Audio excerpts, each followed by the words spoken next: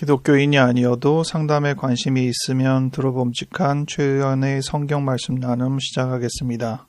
오늘 5월 12일 부활절 제7주 주일을 위한 말씀 나눔으로 사도행전 1장 15절부터 26절 말씀을 가지고 항상 함께라는 제목으로 말씀을 나누겠습니다. 오늘 성경 말씀을 가지고 상담의 전문 용어는 아니고요. 일반적인 용어에서의 기억, 의미 부여, 덮어쓰기 세 가지 부분을 연결하여 생각을 해보고자 합니다. 이번 주가 부활절 제7주인데 마지막 주간입니다. 다음 주가 성령 강림 주일이고 그날부터 성령 강림 주간이 시작됩니다. 지난 수요일이 주님께서 승천하신 날을 기념하는 날이라고 정해져 있죠. 예수께서 부활한 지 40일 동안 이 땅에서 활동하시다가 승천하셨고 10여일 지난 후에 성령 강림 주일을 맞습니다. 이 이야기는 조금 이따 다시 할 테니까 확인해 보도록 하고요. 오늘 성경 말씀 내용은 제자를 충원하는 얘기입니다.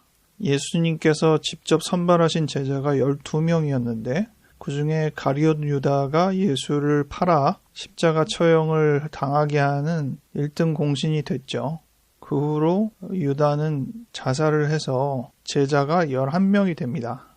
베드로가 제자들을 대표하여 빈 자리 가룟 유다를 대신하여 12명을 채울 한 새로운 제자를 뽑는 이야기를 하고 있습니다. 그 뽑는 한 사람의 자격이 뭐냐?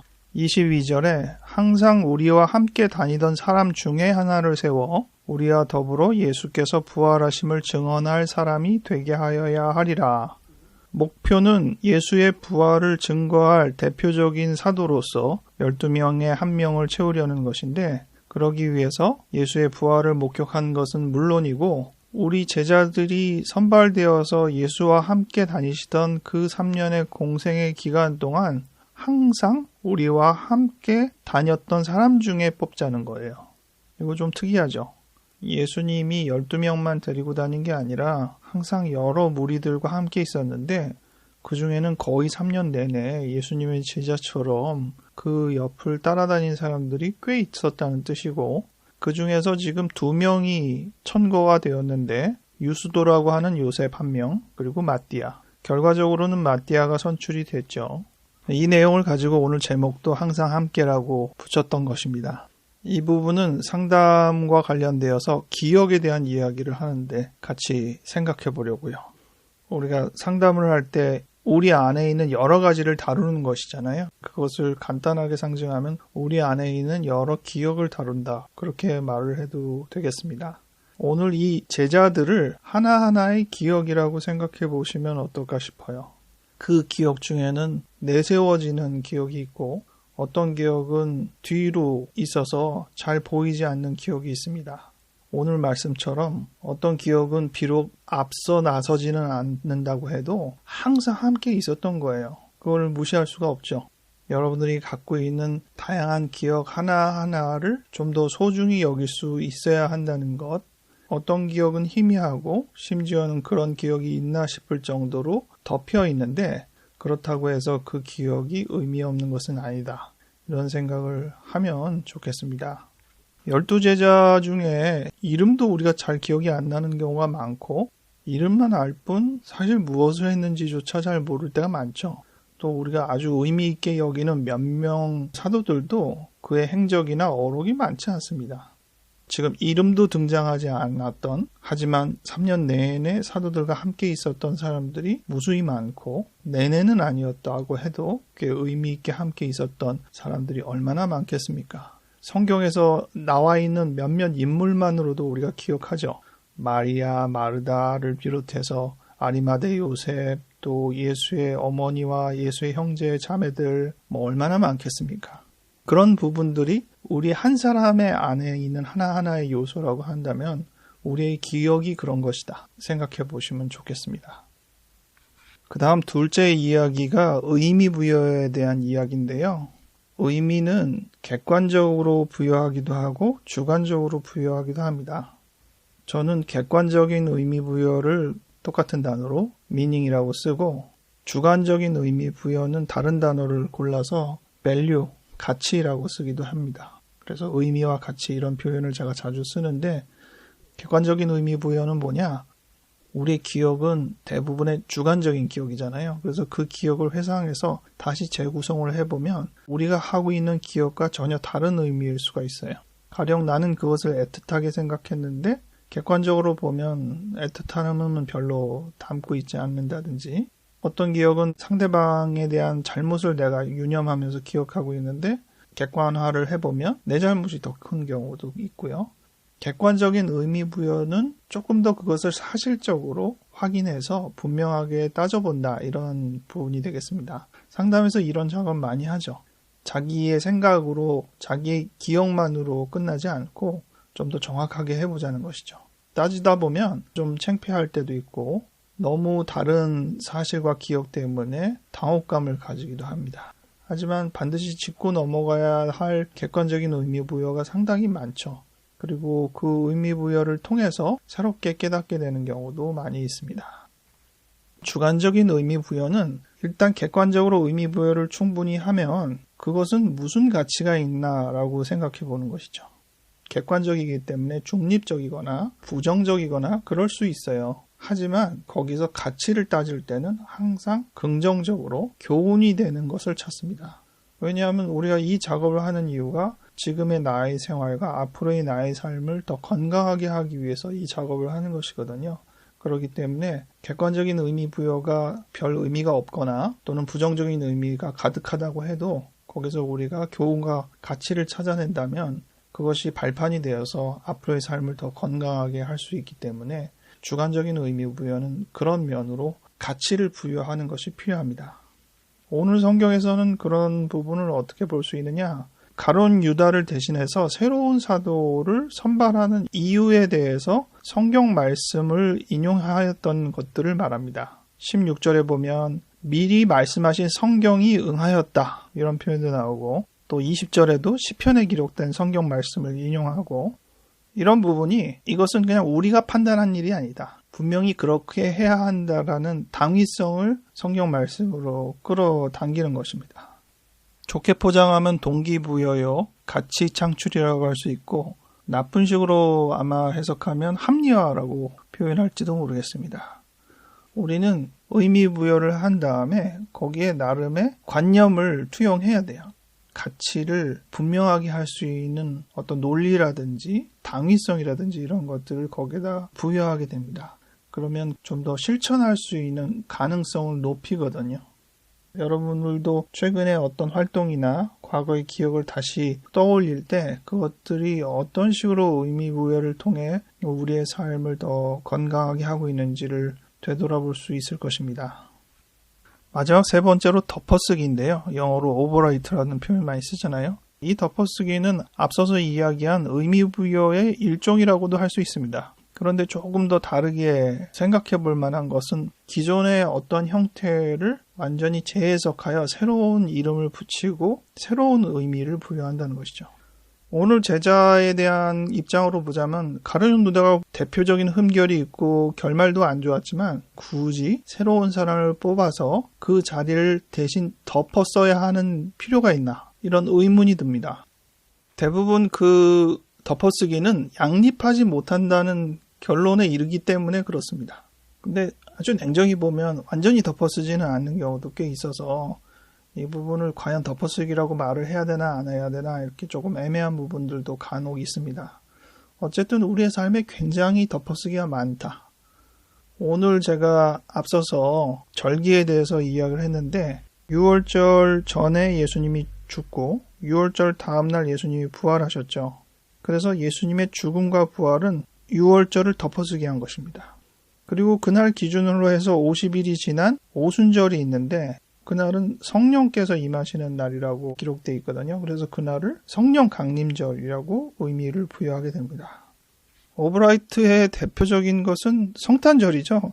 우리가 12월 25일을 예수님이 태어난 날로 지키는데 원래 예수님이 태어난 날을 정확하게 맞춰서 성탄절이라고 지정한 건 아니고 과거 태양신을 섬겼던 그 축제가 12월 25일이었기 때문에 그날을 우리 예수님의 태어난 날로 삼자 이렇게 해서 12월 25일을 성탄절로 지키기 시작했던 것이거든요. 전형적인 오버라이트죠. 늘 그날을 기념하고 즐겁게 보내고 의미를 부여했던 날이었는데 이제는 새로운 의미를 부여하자는 입장에서 새로운 이름을 걸고 새로운 기념일로 만드는 것입니다. 여러분의 인생에서는 덮어쓰기가 있었나요? 새로운 의미로 이전 것을 덮어버리는 기억이 있나요? 한 가지 비유를 들자면 반려동물을 키우던 사람이 동물이 죽으면 심한 애도를 겪잖아요. 그럴 때 아는 사람이 새로운 반려동물을 빨리 맞이하라고 얘기를 합니다. 실제로 그렇게 새로운 반려동물을 맞이하며 애도의 과정을 좀 더 쉽게 정리하는 경우가 있습니다. 근데 거기서 오버라이트라는 게 과거의 그 반려동물은 완전히 잊어버리고 새로운 반려동물로 갈아타는 거냐? 그렇지는 않죠. 새로운 반려동물을 통해서 깨닫게 된 게 있어요. 슬픔에 머물기보다 내가 아끼고 사랑했던 것의 많은 기억과 내용을 끌어올릴 수 있다는 것이죠. 그래서 그 오버라이트가 동물을 바꾼다라는 개념이 아니고 우리가 원래 가지고 있었던 감정을 충분히 다시 긍정적으로 되살리는 데 의미 부여를 하기 때문에 새로운 반려동물을 맞이해라. 그런 부분이 충분히 가치 있는 조언이 될 수 있다는 것입니다. 오늘 마지막으로 덮어쓰기와 관련되어서 우리의 명절과 관련지어서 생각해 본 게 참 재미있는 부분이 있어서 같이 이야기하고 마무리를 하려고 합니다. 과거 예수님이 없었을 때는 유월절이 있었고 오순절이 있었죠. 우리나라에서의 그 비슷한 시기적인 절기가 혹시 있을까 이제 이렇게 생각을 해보는 거죠.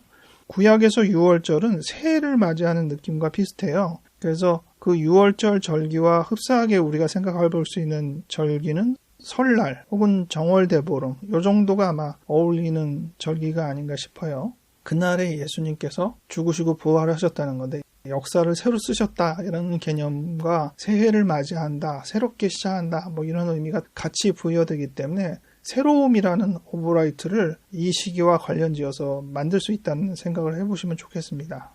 그 다음 이제 오순절, 뭐 우리나라에서는 뭐 거기에 맞춰서 딱 어울리는 절기가 있는 건 아닌데 가장 기억할 만한 절기가 한식이 있더라고요. 요즘 별로 크게 명절로 취급하지도 않는 명절이긴 하죠.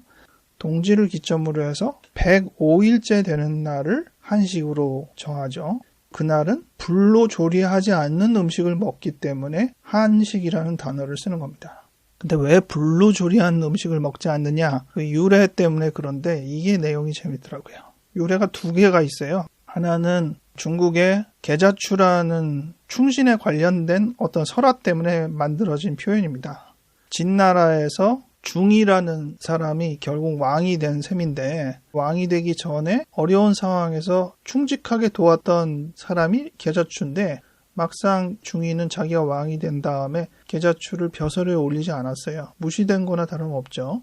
오늘 기억에 대한 이야기를 했는데 기억이 묻혀졌다는 겁니다. 계자추는 분개를 했는지 어쨌든 산으로 운둔을 했어요. 근데 나중에 이 중이가 맞아 그때 계자추가 나를 많이 도와줬지라고 깨닫고 그를 등용하려고 했는데 막상 계자추는 산에서 내려오지는 않았다는 거예요. 그랬더니 그를 산에서 내려오게 하기 위해서 이 왕이 산에다가 불을 지릅니다. 이거 어이없지 않습니까? 근데 끝내 계자추는 내려오지 않아서 그 산에서 불타 죽었어요. 그래서 죽은 그 계자추를 기리기 위해서 불을 사용하지 않는 음식을 먹게 된 것이 한식의 유래라는 거예요. 아니 불은 자기가 저질러 놓고 그를 또 기념한다고 불을 쓰지 않는 음식을 먹게 하고 이게 무슨 소리냐 이런 생각도 들긴 하지만 어쨌든 이런 이야기를 통해서 그래서 우리가 지금 불로 조리하지 않는 음식을 먹는 거야 라면 오늘 얘기한 것 중에는 의미부여가 되는 거죠. 당위성을 만드는 재미있는 이야기가 되는 것입니다. 두 번째 유래는 고대의 불에 관련된 의례 때문에 나오는 유래인데요. 원시 사회에서는 모든 사물이 생명을 가지고 있기 때문에 불도 생명이라는 의미를 가지고 있었고 불이 오래되면 소멸하기 때문에 새로운 갱생이 필요했다고 여기는 거예요. 그래서 한 단계의 불을 완전히 소멸해서 마무리 짓고 새로운 불을 키워 올리는 것이 필요하다고 생각했기 때문에 더 이상 불을 사용하지 않고 음식을 만들어 먹는 특정한 기간을 보낸 다음에 새로운 불을 맞이하는 것을 의례적인 행사로 생각해 왔다는 겁니다.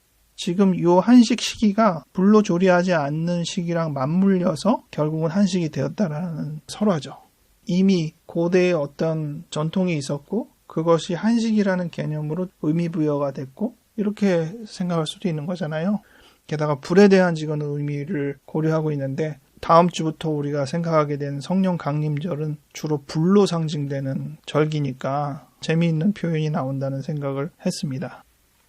말씀을 정리하겠습니다. 오늘 제자들이 12자리 중에 공석이 된 가룟 유다의 자리를 대신하여 새로운 제자를 선발하는 이야기를 살펴보았습니다. 이를 통해서 우리의 상담 내지 우리의 삶의 여러 영역을 되돌아보는 개념 3가지. 첫 번째 기억, 메모리에 대해서, 두 번째 의미 부여, 미닝에 대해서, 세 번째 덮어쓰기, 오버라이트에 대해서 생각을 해보았습니다. 우리가 어떻게 우리의 기억들을 되살리고 심지어는 전혀 기억해내지 못하는 것이라고 해도 우리의 삶을 완전히 주관하는 경우도 있죠. 그런 걸 무의식이라고 하잖아요. 그러니 명료하게 기억이 되는 것만이 중요한 게 아니라 덮여있는 기억도 의미를 가져야 한다는 생각을 해야 될 테고, 두 번째 이제 의미 부여, 조금 더 우리의 삶을 움직이게 하기 위해서, 동기부여를 하기 위해서 거기에 당위성이나 개념을 부여하게 되는데 레이블링이라고도 할 수 있고, 어떻게 의미를 부여할 것이냐, 냉정하게 객관적인 의미를 먼저 부여한 것이 필요하다고 생각하고 그 다음에 그것을 또 새롭게 어떻게 포장할 것이냐라는 의미에서 가치를 부여하는 것이 또 중요하다는 생각을 합니다. 마지막 덮어쓰기, 오버라이트, 이것도 의미 부여의 일종이긴 한데 늘 있었던 어떤 의미를 새로운 의미로 완전히 탈바꿈해서 의미 부여를 하는 경우들을 몇 가지 살펴보았습니다. 지금 여러분의 상황 속에서도 아마 단순한 의미 부여로 끝나지 않고 덮어쓰기가 필요한 의미 부여가 있을지 모르겠습니다. 그런 부분에 대해서 생각해 볼 수 있는 시간이 됐으면 좋겠습니다. 기도하겠습니다. 하나님, 오늘 성경 말씀을 생각해 보며 동시에 상담에서 다루어지게 되는 우리의 기억, 의미 부여, 덮어쓰기에 대해서도 함께 생각해 보았습니다. 우리의 삶을 어떻게 하는 것이 더 가치 있는 일이 될지 이래저래 고민할 수 있는 귀중한 시간이 되게 하여 주시옵소서. 반드시 필요한 동기부여를 위해서 의미를 부여할 수 있어야 하는 많은 사람들을 주님 기억하시고 이끌어 주시옵소서. 그들의 삶의 새로운 덮어쓰기가 충분히 가능할 수 있도록 인도하여 주시옵소서. 감사드렸고 예수님 이름으로 기도하였습니다. 아멘.